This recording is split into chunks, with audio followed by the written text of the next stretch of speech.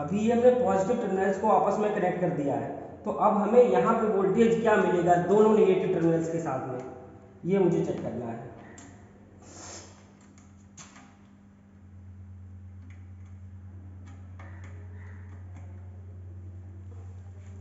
देखिए voltage, volt meter पे कोई भी डिफ्लेक्शन नहीं हुआ है, यानी ये जीरो आ रहा है वोल्टेज, ठीक है।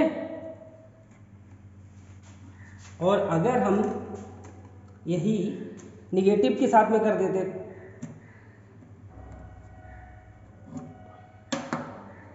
बहुत खतरनाक है, तार वाला सही रहता है सिस्टम।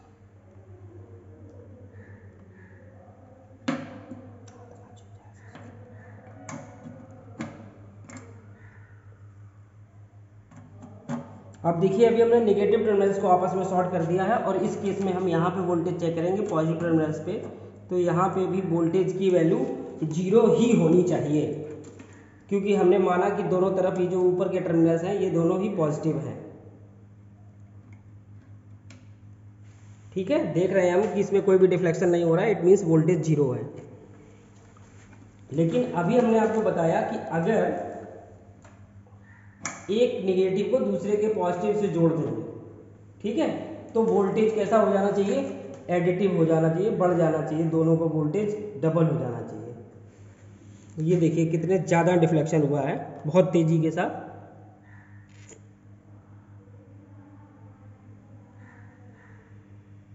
ये दिख रहा है कि ये 430 समथिंग आ रहा है, ठीक है, यानी वोल्टेज डबल होके मिल रहा है हमको। प्राइमरी और सेकेंडरी का जो दोनों का इंडिविजुअल वोल्टेज था, ऐसा करने पे एक के पॉजिटिव टर्मिनल्स को दूसरे के नेगेटिव टर्मिनल्स के साथ जोड़ने पर जो ओपन टर्मिनल्स थे वहाँ पे वोल्टेज चेक किया, तो जो वोल्टेज था वो ऐड होके मिल रहा था, यानी ये जो हमारा ट्रांसफार्मर है इसकी पोलैरिटी सेम है, ठीक है, अपोजिट पोलैरिटी नहीं है। अगर ये टर्मिनल माइनस होता और ये भी माइनस होता तो हमें यहाँ पे डबल होके मिलना चाहिए था, तो हम समझते कि ये अपोजिट पोलैरिटी है, लेकिन ये आपकी सेम पोलैरिटी है, जो प्लस टर्मिनल यहाँ भी है यहाँ भी है, ये माइनस है ये माइनस है, ठीक है।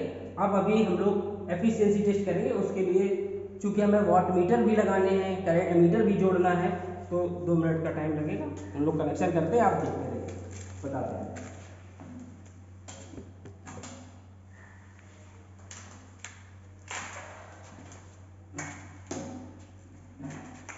आपका वोल्टेज रेशियो और पोलैरिटी टेस्ट इसमें कंप्लीट हो गया है। कंप्लीट हुआ है। आपने देखा कि एडिटिव और सब्ट्रैक्टिव पोलैरिटी कैसे फाइंड करनी है और हमें वोल्टेज रेशियो कैसे फाइंड करना है। मतलब 230/230, मतलब ना स्टेप डाउन ना स्टेप अप। आपका क्या हो रहा है, सीधे सीधे 1:1 का आपने ट्रांसफॉर्मर है। स्टेप डाउन करके देखा ना कि क्या हो रहा था, वोल्टेज कम मिल रहा था। जब आपके पास क्या है, V1 is greater than V2 है, मींस स्टेप डाउन ट्रांसफॉर्मर है, और V2 is greater than V1 है, जो आपका स्टेप अप ट्रांसफॉर्मर है। तो आपके पास ये कैसा है, 1:1 का ट्रांसफॉर्मर है। और पोलैरिटी में आपने देखा अपोजिट टर्मिनल को ऐड किया तो आपके पास डबल आपके पास वोल्टेज मिल रहा था, सेम टर्मिनल को ऐड किया तो आपके पास कैसा मिल रहा था वोल्टेज, जीरो वोल्टेज मिल रहा था। अब यहाँ पर हम लोग क्या करेंगे, आउटपुट पावर मेजर करेंगे। आउटपुट पावर कैसे मेजर करेंगे, मींस क्या है कि आपको एफिशिएंसी मेजर करने के लिए क्या चाहिए होता है, इस आउटपुट पर अगर आप लोड लगाओगे तभी तो आपकी एफिशिएंसी मेजर हो सकती है। मींस आप अगर एग्जाम दोगे तभी तो आपका रिजल्ट मिल सकता है, जब तक लोड नहीं लगेगा तब तक आपको आउटपुट पावर में कोई भी लॉसेस नहीं होंगे। आउटपुट पावर जब हमें जो इनपुट पावर दे रहे हैं, आउटपुट पावर में अगर लॉसेस होंगे कुछ ना कुछ, तो हमारी एफिशिएंसी कुछ कम मिलनी चाहिए। मींस क्या, एफिशिएंसी क्या होती है, output power upon input power. जैसे कि आपके पास होता है कि minimum marks upon maximum marks, वैसे हमें फाइंड करना है। देखिए कनेक्शन किस टाइप से किए जाएंगे इसके।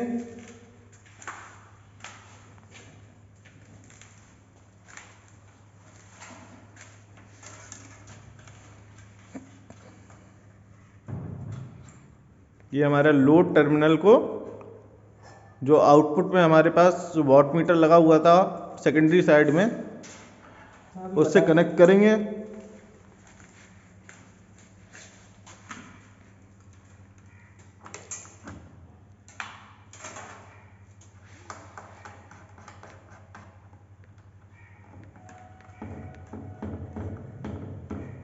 सबसे पहले ये सप्लाई का एक पॉइंट लिया, ये सप्लाई थी हमारी, हमें यहाँ से सप्लाई लेनी है, तो इसको सप्लाई को ले करके और सबसे पहले किस में डालना है, एक एमीटर लगाना है, एक एमीटर लगाना है। तो जो एमीटर की रेटिंग है वो आप 0 to 5 एम्पियर ले सकते हैं, 0 to 5 एम्पियर। तो एमीटर का जो फर्स्ट टर्मिनल, सप्लाई का जो पहला टर्मिनल है उसको एमीटर के कॉमन से जोड़ दीजिए।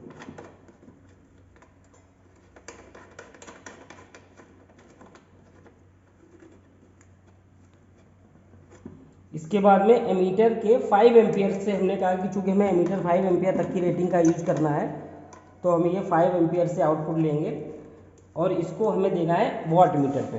कहाँ लगाना है, वॉट मीटर पे। ये वॉट मीटर है, वॉट मीटर में कई सारे टर्मिनल्स हैं जैसा अभी हम आपको बता के आए, लेकिन आपको केवल वॉट मीटर के कुछ ही टर्मिनल्स देखने हैं। जैसे ये L है, M है, कॉमन, और ये वोल्टेज के टर्मिनल्स हैं। तो हमारी जो भी रिक्वायरमेंट है उसके अकॉर्डिंग हम वोल्टेज सेट करेंगे। तो हम लोग सिंगल फेज पे काम कर रहे हैं, तो 300 वोल्टेज इसमें जो टर्मिनल है उसको यूज करेंगे, तो क्योंकि सिंगल फेज में 230 वोल्ट सप्लाई रहती है। तो ये सप्लाई एमीटर से निकाल के हमने इसको वॉट मीटर के एम टर्मिनल से कनेक्ट कर दिया है, और एक छोटी लीड के साथ में एम को लाइन से कनेक्ट कर दिया ये, ठीक है। अब ये करंट कॉइल ऐड हो गई है इसमें।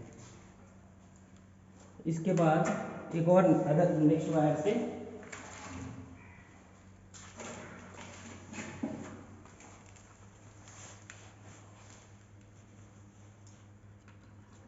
इसके एल से वॉट मीटर के लोड वाले टर्मिनल से, और इसको सप्लाई को देना है, इस ट्रांसफार्मर को जोड़ना है, ट्रांसफार्मर के पहले को जोड़ दिया।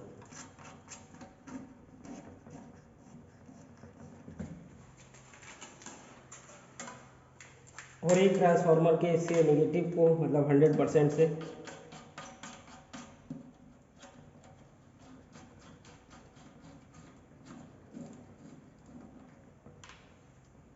ये वॉट मीटर के 300 पे।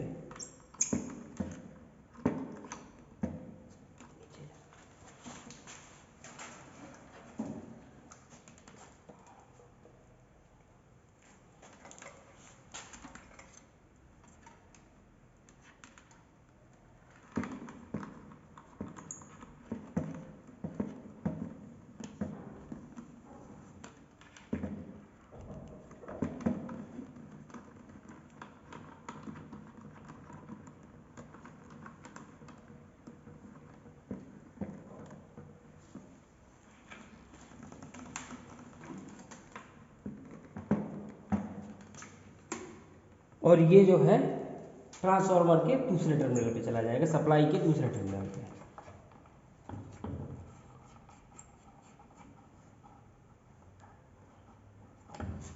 ये आपके प्राइमरी साइड के सारे कनेक्शन कंप्लीट हो गए हैं। अभी सेकेंडरी साइड में करेंगे।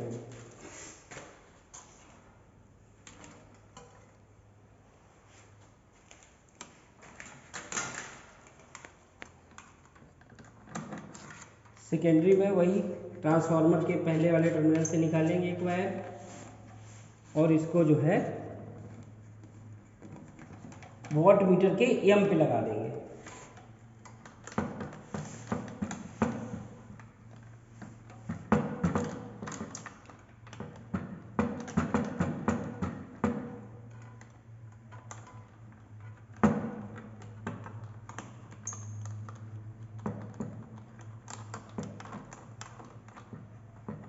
और ये एम और सी को कॉमन कर दी, जोड़ दिया आपस में। इसके बाद में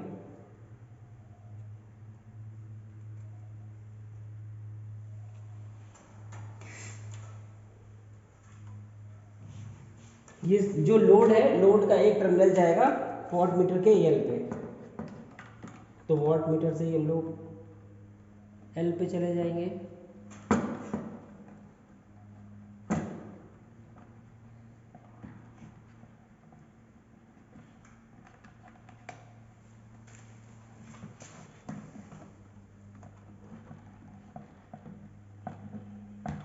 ये गलत हो गया।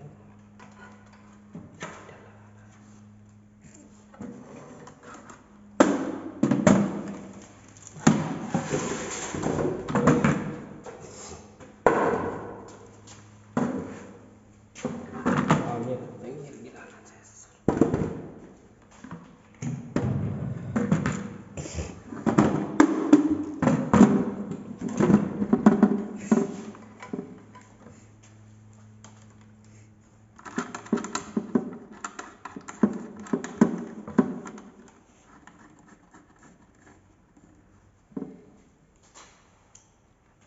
ये कर दिया है।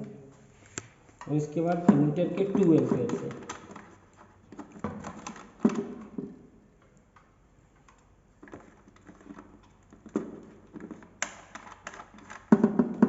और इसको एम पे लगा दें।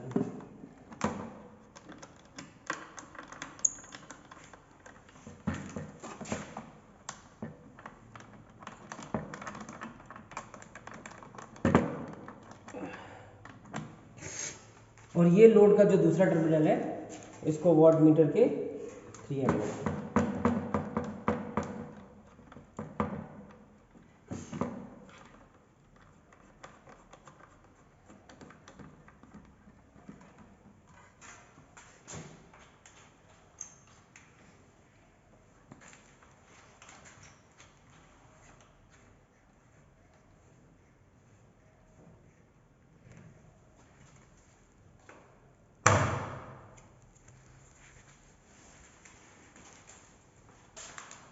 और एक वायर जो है इसके 300 से ट्रांसफार्मर के नेक्स्ट टर्मिनल पे।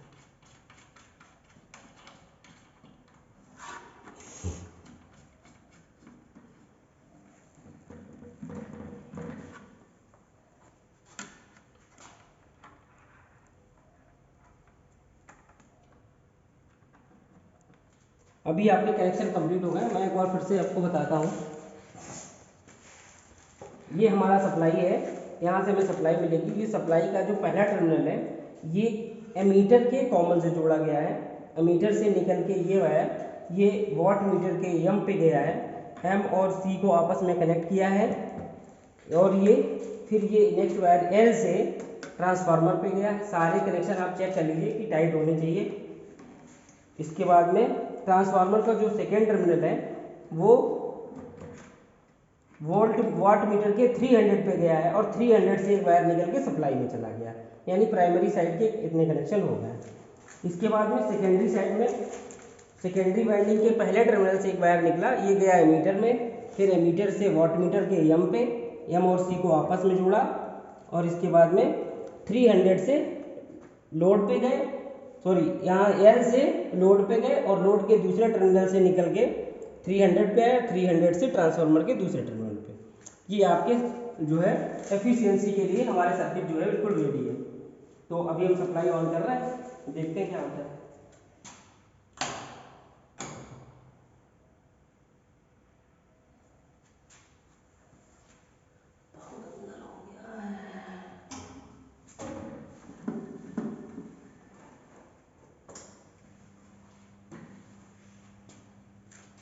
हुआ नहीं, उसमें भी नहीं।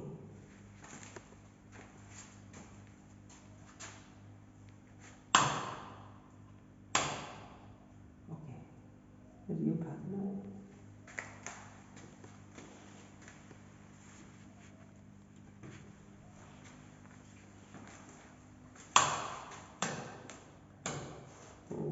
चेक करो क्या लगा।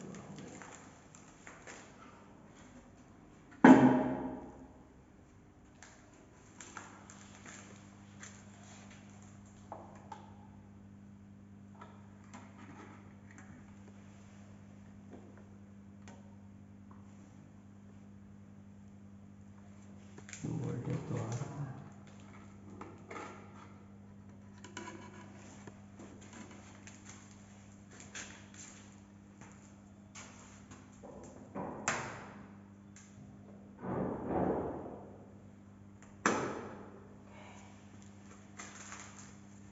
अभी आप देख सकते हैं कि सभी में कुछ ना कुछ डिफ्लेक्शन हो रहा है।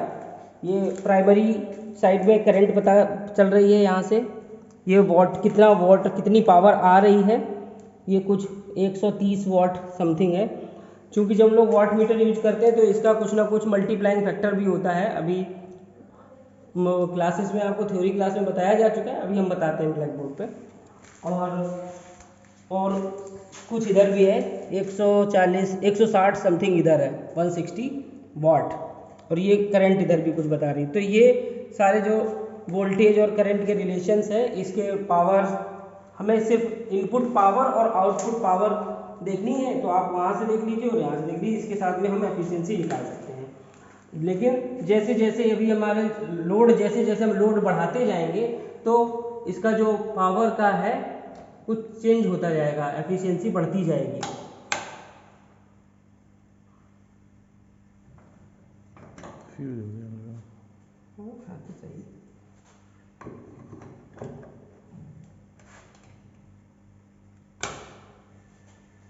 अभी देखिए पावर जो है थोड़ी सी और बढ़ गई है,